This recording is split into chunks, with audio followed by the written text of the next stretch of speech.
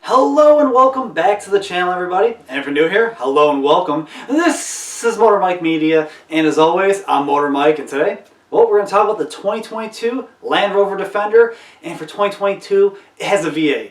That's awesome news. A lot of manufacturers, they're going at full force when it comes to hybrids, electrification, and some automakers, they're working on it, but what they're doing is giving the V8 a last hurrah, and I'd like to see it here in the Land Rover. Now, when this generation came out, there's some controversy on it.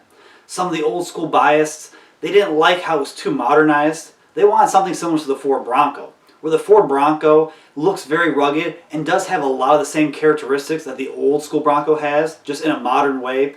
They wanted something more like that with the Defender, where the Defender is more modernized. It fits in a little bit better with the modern Land Rover products, while still having a little bit of that DNA from the Defender.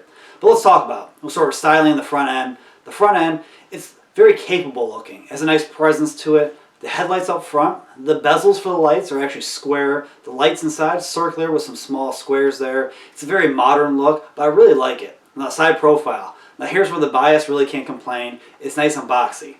Nice sharp body lines going across the vehicle, and that rear end just completely tapered off, just like the old Defenders. Let's talk about that rear end. Your spare tires mounted right there on the back. It's a very rugged look. The Jeeps do it and other off-road vehicles.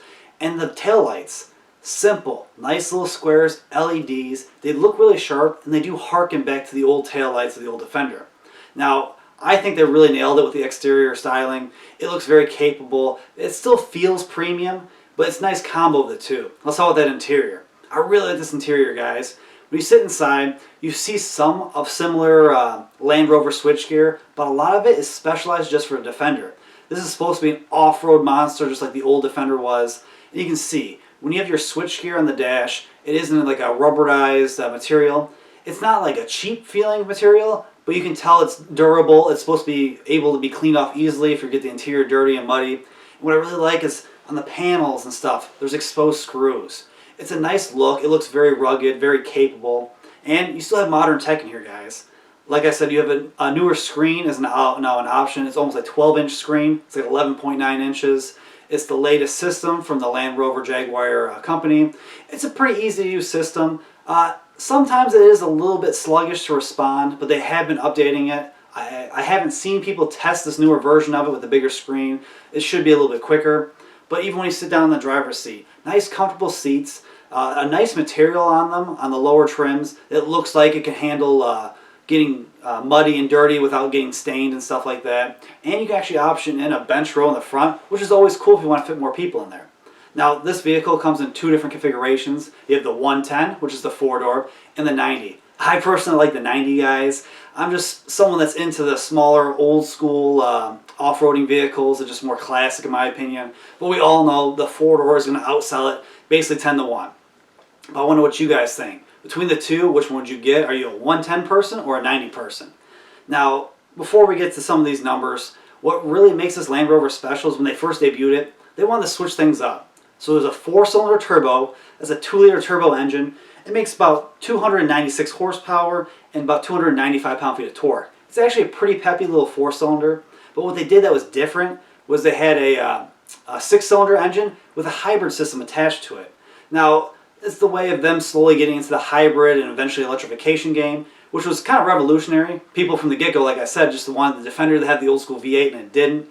But that V6, or inline 6 I should say, with the hybrid system, makes 395 horsepower and 406 pound-feet of torque. So that's the one that people were getting if they wanted the more power, to feel a little bit more old school, have that linear torque. But now we got that V8, guys. So it's a 5-liter supercharged V8, so it makes all the right sounds, and that engine makes 518 horsepower and 461 pound-feet of torque. So that's a monster.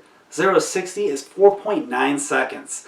That's the one I would get if I had lots of money, which I don't. I would get the 90 over the 110 with that V8. And that's the best thing about it, is they don't limit you to which vehicle you want, like a Jeep. If you want that new 392 engine or the hybrid system that they have, you have to get the 4-door, 4-door only. The 2-door got left behind. Not here in the Land Rover. So you can get the 2-door and get all the awesome powertrains. But please let me know what you guys think. Which of these vehicles would you pick, the 90 or the 110? What are things you like about it, and what are things you don't like about it? Please let me know in the comments down below.